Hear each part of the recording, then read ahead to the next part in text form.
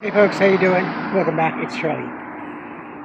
It is today, Thursday, September 5th, 2019. It's about 2:38. It's about 2:38 in the afternoon. I am here at the bus stop. Behind me is the La Cunada Equestrian Riding Club. Down that way, down yonder, is JPL, and it's excuse my heavy breathing, but it is muggy today. It was humid yesterday, but today it's really humid, so I can really feel it in my lungs. My asthma is just screaming. No, no. I remember when I first moved to Florida, getting off the plane. We didn't have the jetway. We got off on the tarmac.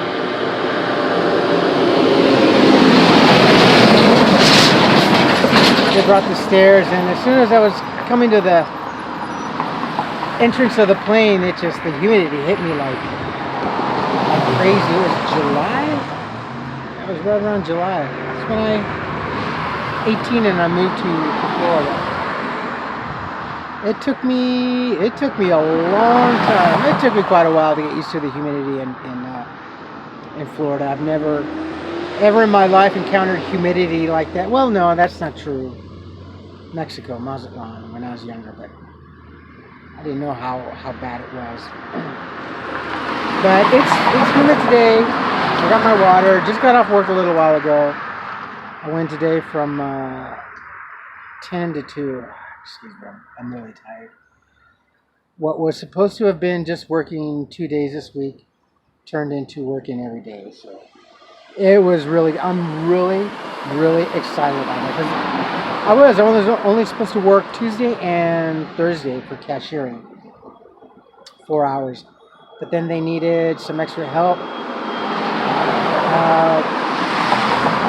these couple of days. And then this morning when I came in, they asked me if I wanted to come in tomorrow and help out with something. And I said, sure, yeah, more than happy to. I mean, I got financial business to make up for it. It's just like, yeah, I'll take whatever it is. And even if I didn't, I would have still, taken the hours if it was offered to me. I gotta start storing away for the winter time. Yeah, it's just, and then someone asked, very concerned about how I'm going to do this, because you remember from last year in December, that's when I went down to 4 hours a day. So thank you for asking and for caring about that. Like I said, I can't make a job move right now until I know what's going on with the housing and stuff. So.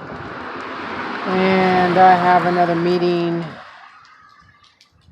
Monday or Tuesday morning. So we'll see what happens. And it's just one of those things. I'll be more in the know as the weeks come by. They're gonna come by quickly, right? I mean, shoot, we're almost at the end of the year here. I'm not too worried. I don't know. I saw last night on Friends Indeed. It's the part of the Friends Indeed is the homeless group and also the women's shelter. A friend of mine, Tom, he got his he got into the apartments. He got into the Centennial, so really happy about that. He had been homeless here in Pasadena for 30 years. 30 years. My one friend was homeless here in Pasadena for darn well 26 years. I was pushing close to 5 years. I was coming to the conclusion that if at 5 years, if I was still out there, I was probably going to go just make a dash to Las Vegas and try and start all over again over there. I mean, I've done it before. Not really thrilled about Vegas, but Vegas is for someone like me, as far as being able to work and trying to get a job. I could probably do well in Vegas. It's really hard in Vegas because to get a job, you need a health card, you need a TAM card, you need a shares card, and that was back in 2005. God knows only what other kind of cards you need. And I got really lucky. I got really lucky, so I think I was only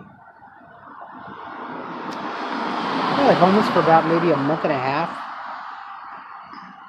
And I got there in September, and no, just not even 2 weeks. Correct, 3 weeks. I met someone and started doing a couple of day jobs at Manpower and all those job sourcing places, and then I ended up getting a job. I remember with Circus doing the Fright Dome. So, and then from there I got with American Baker Brothers and was a lead cook. I was there for a year and a half, about a year and a half.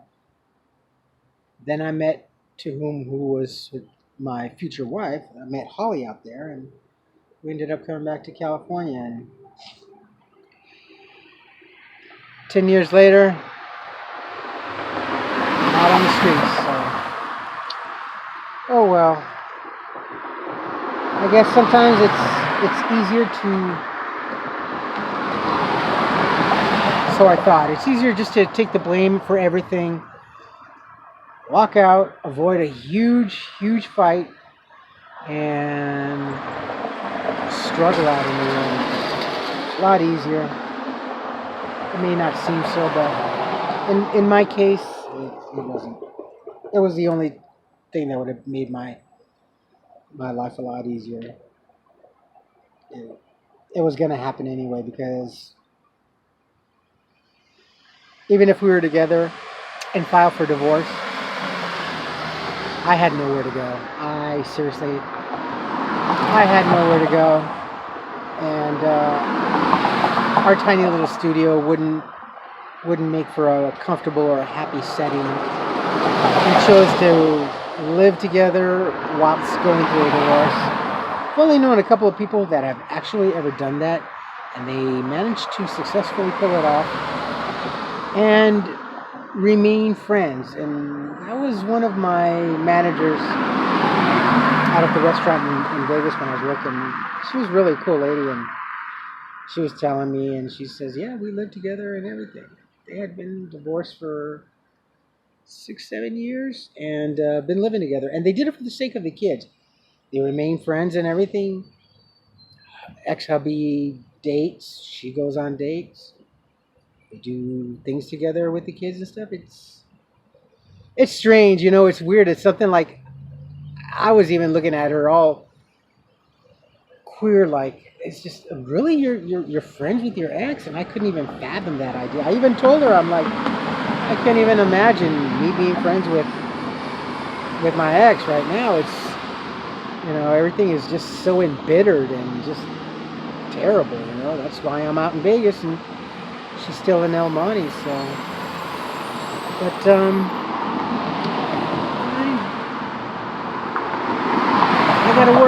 I gotta work. So, getting a job, even homeless it was fun. It was more exciting, but couldn't make any ends meet, really. Couldn't get an apartment working. I was spending more money at the motels than the hotels. Darn near $700 a week, so that's really expensive. Really, really expensive.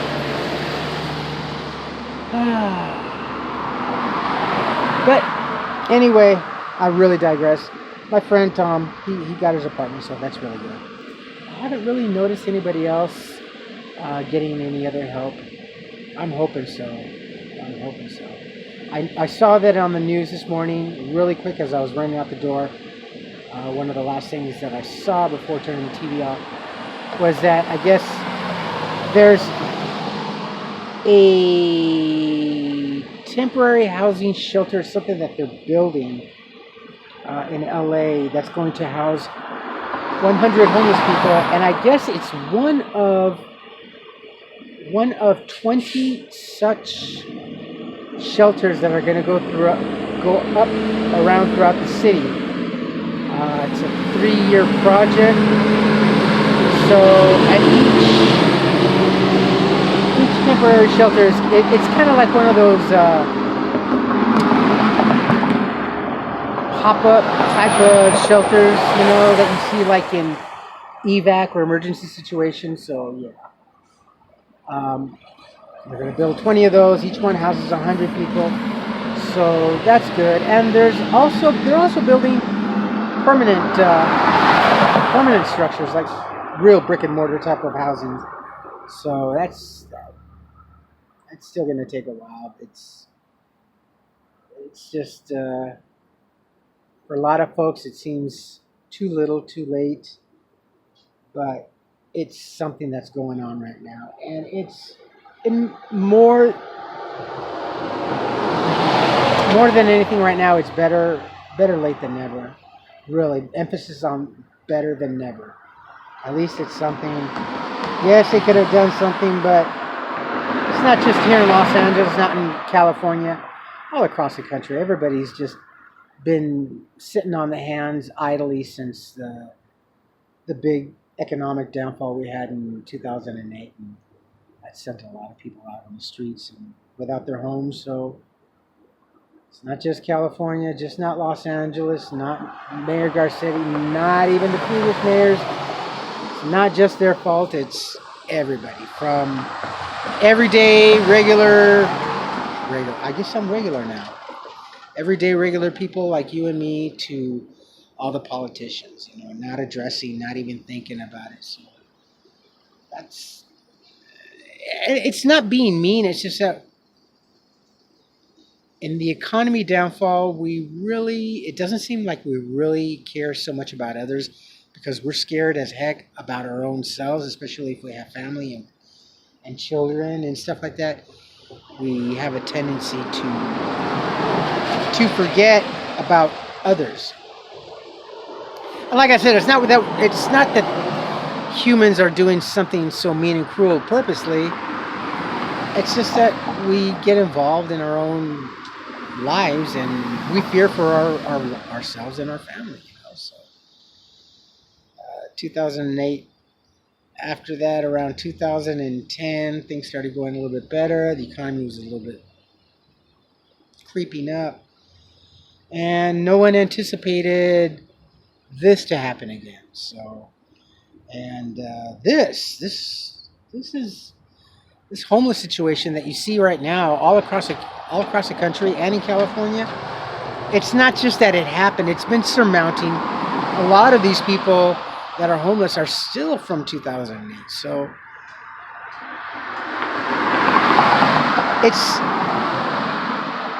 and I know some folks have a hard time wondering why. It's like when you're on the freeway and there's an auto accident and it backs it up and it's there for a while. So the traffic starts to build up. And you kind of have to see it as, even after the traffic accident is gone, there's still a snarl. There's still a snarl in the back, that period, that section of the freeway of alleviation, when the people in the back start coming up, they're not going to feel that until a lot of cars go by and it starts to thin things out. So in the traffic, that's kind of the way life is. It's not just because the economy starts to get better, it doesn't mean that in a few days, weeks, or months everyone's going to be back on top or where they were. It's never happened, and it never will happen. So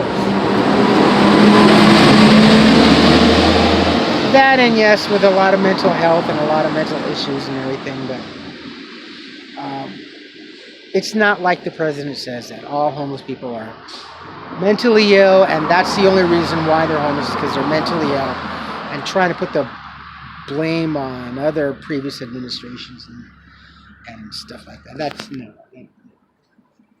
People just do not go mentally ill overnight, and then we have a surgence of homeless people. It's having a lot of trouble with that. So false accusation on his part. So, whew, it's really getting muggy. I can see the plumes of the clouds up over there. See that? They get really, really spongy, pure snow white, like fluffs of cotton candy. Pretty spectacular, pretty grand. All right, my friends, I'm really tired. I just want to go home, get something to eat, take a shower, and I got to get up really early tomorrow. I got to work tomorrow from 8 to 4 tomorrow. So, yeah, I'm happy. I hope paycheck's gonna go away because I got bills and I got a lot of catch up to play. So that's another reason why I'm really, really happy to get all these hours in these days. So if I don't get a day off for another week or so, I'll deal with it. I'll be happy. You know how it is, paying bills. Never thought I would be so happy to be paying bills again. You know how it is. All right, my friends. I will talk to you later. I'm going to let you go, and I will end it here. You folks, take care of yourselves, take care of each other, but always take care of yourselves first. Love one another, trust one another, be kind to each other. Help one another. Don't take today for granted or any other day thereafter. Live for the moment, pull down your pants, and slide on that ice. If you like this video, hit the thumbs up. If you like what I'm doing, what we're doing, hit the subscribe button, hit the bell notification button. Tell your friends and family about me, about us, what's going on, and what I'm doing in my adventures. Boy, I'm really tired because I cannot speak. You can see my scar from where I landed on my face. On top of the scar where the guy cracked my face open. Wow. This face and this old body's seen a lot of stuff. Holy cow. Hopefully I'll have another 40 years to go before I drop. So 40, I'll be happy. 30, nah, give me 40, yeah. Well into my 90s. All right, my friends, I will post this when I get home, and I will talk to you tomorrow. Not sure when I'll be able to do a video because I got to get up really early, so I will be rushing and stressed tomorrow. So until then, I love you all. Have a great day. Keep those comments coming in, suggestions, anything, ask away, whatever. Make a comment, good or bad, anything, my friends. You're my family. You're my family as well. So any sage advice from all of you or any of you would be welcome. All right, folks. Have a beautiful day and stay cool wherever you are. And I just want to get home. All right, beautiful people. Talk to you tomorrow. Bye-bye.